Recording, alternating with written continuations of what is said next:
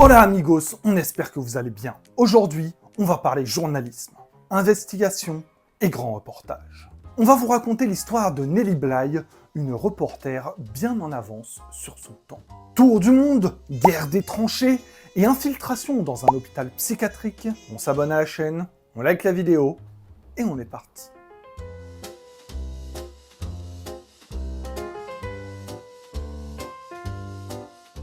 Nous sommes en 1885 et le Pittsburgh Dispatch, un journal de Pittsburgh, publie un article sur le devoir naturel des femmes de s'occuper de la famille et que le travail féminin est une aberration. Classique. Pas de quoi en faire un scandale. Sauf qu'il ne s'attendait pas à recevoir une lettre fulminante en réponse. Cette lettre, signée sous le pseudonyme Lonely Orphan Girl, l'orpheline solitaire, va impressionner le rédacteur en chef par son style et sa précision. Il va donc publier une annonce pour retrouver cet auteur, ou autrice, je vais dire auteur, et l'embaucher dans la rédaction. Elizabeth Jane Cochrane obtient ainsi son premier poste de journaliste à 21 ans. Elle est la 13e fille d'un père mort alors qu'elle n'avait que 6 ans. Comme la plupart de ses homologues féminins, elle adopte un pseudo, Nellie Bly, trouvé par son employeur George Madden. Son premier article est consacré à la différence salariale entre les hommes et les femmes dans différentes entreprises de la région, ce qui témoigne d'un engagement qui ne la quittera jamais. Cela déplaît fortement à certains industriels qui font pression sur le journal. Madden se résout à contre-cœur à reléguer la jeune femme aux rubriques artistiques. Au bout de 2 ans, elle se lasse et prend alors une décision radicale. Elle part pour le Mexique en tant que correspondante, où elle va décrire les conditions de vie des paysans et des ouvriers. Sans surprise, celle-ci est difficile, entre corruption et exploitation. Au bout de 6 mois, elle se met à dos le dictateur Porfirio Diaz et doit fuir précipitamment le pays.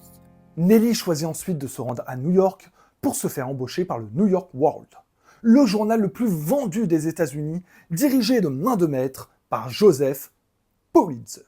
Ce dernier la charge d'une mission compliquée: s'introduire dans un hôpital psychiatrique de New York et écrire un reportage sur les conditions de vie dans l'établissement. Nellie Bly est courageuse, mais elle s'inquiète un peu et demande « Comment comptez-vous me faire sortir ?» Ce à quoi Pulitzer lui répond « Tentez déjà d'y entrer. » Et pour cela, la stratégie est simple: se faire passer pour une folle. Nellie se met au travail et toutes les nuits, elle simule la folie devant son miroir. Cela est visiblement convaincant puisque ses logeurs et voisins contactent la police. Après un bref échange, les médecins qui l'examinent certifient qu'elle est démente et le juge signe l'ordre d'internement dans le Bellevue Hospital. Infiltration réussie. Elle se rend rapidement compte qu'une bonne partie des patientes ne sont en réalité pas folles. Elle interroge notamment Anne Neville, qui a perdu son emploi de serveuse à cause d'une maladie chronique. Miss Neville était alors logée dans un établissement religieux, et lorsque son neveu n'a plus réussi à payer les factures, elle a été transférée à l'hôpital psychiatrique. Cet exemple montre bien que ce genre d'institution mélangeait des personnes réellement malades avec d'autres comme Miss Neville qui n'étaient là qu'à défaut d'autres solutions. Nellie va subir toutes sortes d'examens, mais aucun ne remet en cause le diagnostic initial. Alors qu'elle simule, elle n'est pas vraiment folle. Elle est ensuite transférée à l'asile féminin de Blackwell Island. Là-bas, les psychiatres considèrent d'emblée que leurs patientes sont dingues. La preuve, ils posent les mêmes questions à toutes les filles, quels que soient leurs problèmes, sans tenir compte des réponses. En réalité, les patientes sont condamnées à perpétuité, faute de pouvoir prouver leur discernement. Nellie va écrire « L'asile est un lieu où il est facile d'entrer, mais impossible de sortir ». Les conditions de vie des malades qu'elle va décrire dans son reportage, dans ses articles, sont effrayantes. Une longue file d'attente dans le froid pour pouvoir manger. Pas de couteau, ni de fourchette. On se débrouille avec les mains. La nourriture n'a aucun goût, sans sel, sans saveur, sans apport nutritif. Rien.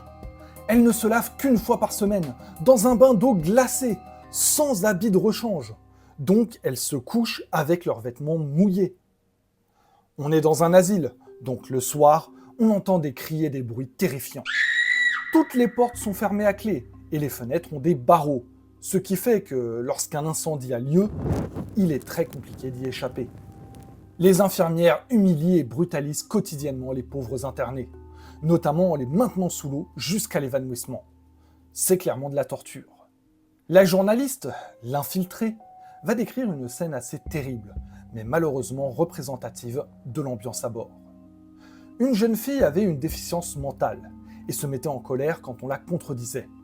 Les infirmières faisaient exprès de l'énerver pour ensuite se jeter sur elle, la gifler, l'étrangler, avant de la traîner dans un placard et de la tabasser.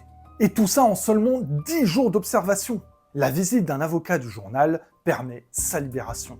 Une fois sorti, Nelly rédige son article et celui-ci a de grandes répercussions dès sa parution.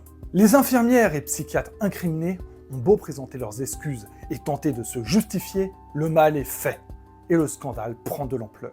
À la suite de l'enquête, plus d'1 million de dollars sera récolté pour l'amélioration des conditions de vie dans les asiles. Ce reportage permet à Nellie Bly de devenir une star du journalisme. Elle continue ses investigations en infiltrant une fabrique de boîtes de Lower East Side à New York.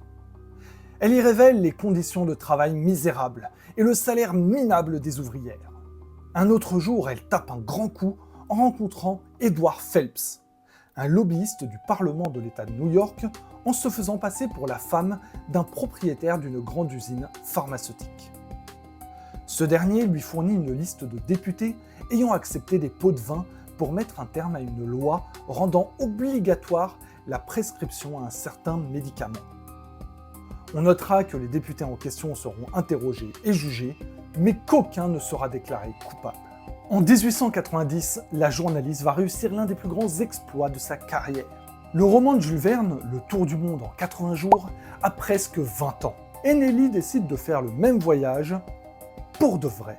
Elle part de New York avant de traverser l'Atlantique jusqu'à Southampton en Angleterre. Elle en profite pour faire un petit détour par Amiens afin de rencontrer Jules Verne en personne.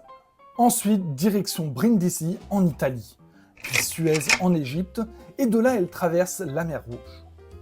Elle arrive ensuite à Colombo au Sri Lanka, un passage à Singapour où Nelly achète un singe, et on continue le voyage à Hong Kong. Pendant ce temps-là, aux États-Unis, les paris se lancent pour savoir si la journaliste va réussir son défi. Le 25 janvier 1890, Nelly est de retour à son point de départ. Elle a fait le tour du monde en 72 jours, 6 heures, 11 minutes et 14 secondes, battant Phineas Fogg, le héros de Jules Verne. Un record qui sera battu quelques mois plus tard. Les comptes rendus de cet incroyable voyage vont grandement booster les ventes du New York World. En 1895, Nelly arrête le journalisme après son mariage avec un industriel millionnaire qui a 42 ans de plus qu'elle. Elle aide son mari à gérer son entreprise, mais lorsqu'elle devient veuve, elle en devient la propriétaire. Celle qui est désormais une femme d'affaires est probablement la seule femme au monde à diriger une industrie de cette ampleur à l'époque. Néanmoins, la société fit faillite au bout de quelques années. Elle retourne donc au journalisme et sera correspondante de guerre durant la Première Guerre mondiale.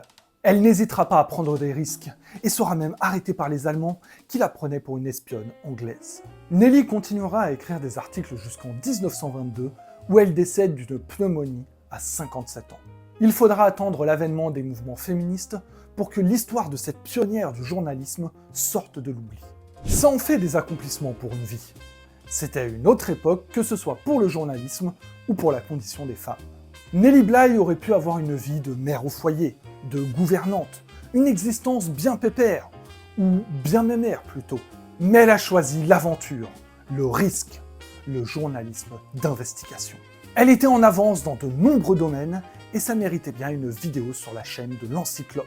Un sacré exploit à rajouter à la liste. D'ailleurs, si vous voulez nous soutenir, vous pouvez vous abonner, liker la vidéo, la partager un maximum. Vous pouvez également nous rejoindre sur nos réseaux Instagram et TikTok. Nous, on se retrouve bientôt pour une nouvelle histoire. Et à la prochaine!